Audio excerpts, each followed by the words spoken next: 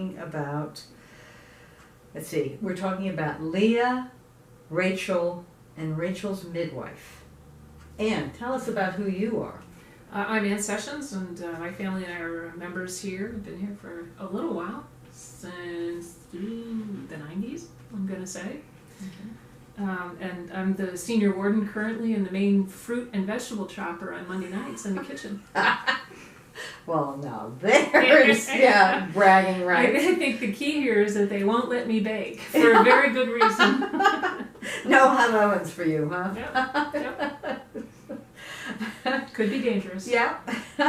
So tell us about what you learned about Leah and Rachel's midwife. Well, I was sort of vaguely, I have to say this is all a renewal of sort of old information for me, so it was very interesting to read this again because I was vaguely aware of the Leah and the Rachel story. The first thing that struck me is here's two sisters with a tent switching situation in the middle of the night kind of theme, which was vaguely similar to Jacob and Esau, and Jacob is the main male character in this story, which I just found that thematically sort of interesting. What I never quite pieced together was that this is the genesis of the 12 tribes of Israel, which I thought was very interesting. And it just, for whatever reason, and I found that aspect also very interesting. Yeah, that eventually Jacob's name is changed to Israel. And so therefore, that's why it becomes the 12 tribes of Israel, because it's the 12 sons of Israel. But that Leah ends up to be, through the switcheroo, the first wife. The fact that Jacob has to wait another 7 years to marry Rachel, but you don't hear poor Rachel. I mean, there she is. She's been waiting 14 years now because Jacob has to wait 7 years, has to work 7 years to marry Leah, or to marry what he thinks he's marrying Rachel, and then the night of the wedding, the father, Laban, switches Leah older sister to the older sister, and then they have to wait another.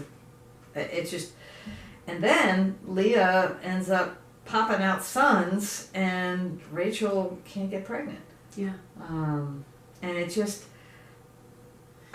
as we were talking before, it just bothers me when I see women today thinking it is a curse of God that they can't get pregnant. Yeah. And that somehow or another is an intervention of God. That they either get pregnant or don't get pregnant, and we know so much now that it's so medical. But back then they thought. I was thinking the same thing, but I was also relieved in this story that there was no denigration of female birth, because there's also that measurement that happens through Old Testament into old times, medieval period, Renaissance period. Oh, you're not a real wife, you haven't produced a son. And I was sort of bracing myself in the early part of this story for perhaps Leah's only going to produce daughters. And I was very relieved at least that I didn't have that little burden to add into this messaging. But yeah, this question of fertility, and it thematically happens a couple of times. Leah's not bearing children in the storytelling, then she has to beg for Jacob to sleep with her so that she can get pregnant.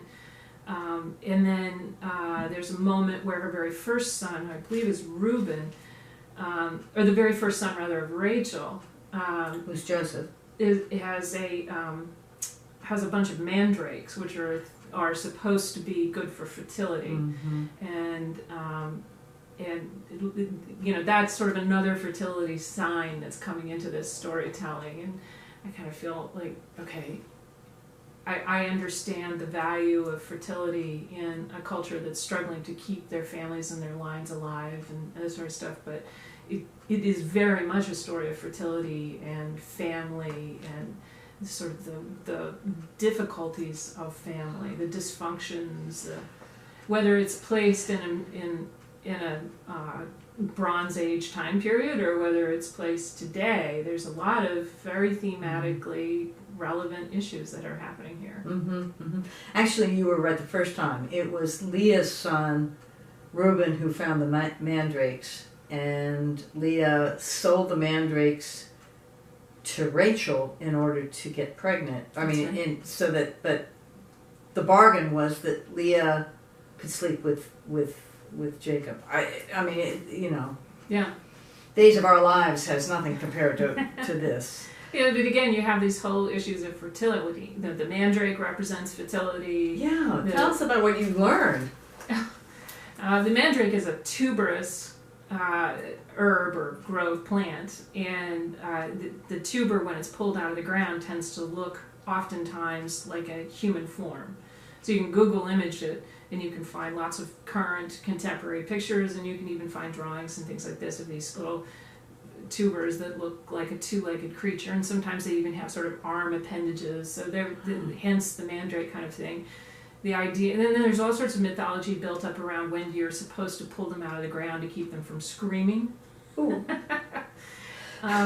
It all, I mean, from most of what I could gather, most of the mythology is simply based on the way that the tuber looks.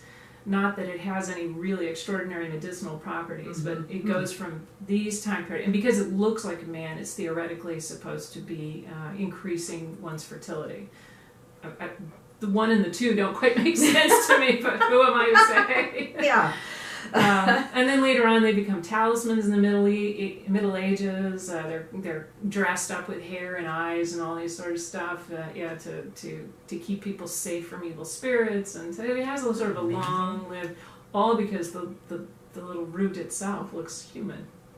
That's. I mean, what do you do? Grind it up and have it for tea, or? Yeah, it's got internal and external applications, and there's nothing extraordinary about them. I can't remember what the exact resources or what the exact effects are, but they're not terribly unusual, inflammatory or something like that.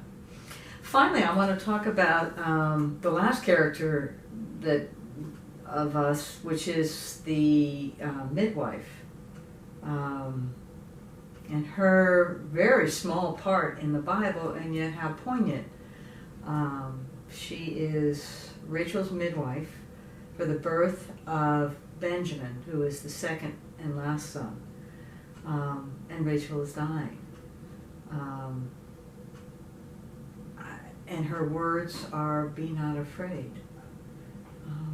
We talked about the honor and privilege it is to walk through transitions like that with someone who's either dying or what. And I don't know if you've ever had a chance to be present for someone else as they go through that journey. But it is just an amazing honor. I was doing my homework for this at the same time that a friend of mine, a contemporary, passed away from a long bout with cancer. So yes, there were many people who were part of that gentleman's journey. And I called up somebody in the church on a completely different issue to ask them a question. And this person said, "I'm driving to North Carolina to be with somebody who is probably on his last days." And it just struck me that this book, my experience, my friend's experience, and I was thinking, it's just the message to me was, as you stated, and I wrote down it's a sacred honor to walk with people in these transitions, and whether it's the transition from being pregnant to being a new parent, whether it's the transition of welcoming a child as it is born, or the transition of helping someone leave this journey and move to their next journey, holding their hand through that, is incredibly powerful. And I mean, my experience has been it's incredibly frightening. I just was not prepared to be the person who does that, but it's so powerful and very special. I don't think there is any preparation for it. There's no handbook. No. Or if it is, it's stored with that one about how to be a good parent. Exactly. I was thinking also what an amazing thing it would have been for Leah and Rachel to have a mother figure who could help them go through what they did. Yeah. to listen and that is missing, isn't it? I mean, Yeah. the two points that I felt very strongly missing in the story were the mother figure mm-hmm. and even a sisterhood relationship. Yeah. And this kind of flew back into my question about the dysfunction. I wrote in several of my notes here, dysfunction. One of my favorite words. And it seems like to me the father has destroyed the opportunity for sisterhood. Mm-hmm. And maybe that's a time, it's of its time period. Maybe there's not an understanding of a sisterhood and a family the way we understand it today. But I feel like there's so many other points in the Bible where there is a sisterhood, mm-hmm. where there is a support system, where there is a motherhood, that within this particular case, it's distinctly missing. And there might have been so many opportunities, or maybe it could have been worse. I mean, maybe there was a sisterhood that is not spoken of directly, Mm-hmm. and maybe the situation could have been worse. But I gotta say, later when Joseph gets sold off, how good a family is this? That was another thing that I didn't quite get. Was Joseph is this? My kids say Joseph's been the multicolor, the Technicolor coat. Right. I did not get that this was the Joseph from this story. Mm-hmm. And Joseph was Jacob, later Israel's favorite, because Joseph was the oldest son of his favorite wife. Yep. And sold into slavery. Yeah. And which is just an interesting theme also all the way through the Bible, the different permutations of slavery and how it's understood and how it develops in these stories. That'll come back when we start talking about Potiphar's wife too. Anyway, thank you very much. My pleasure.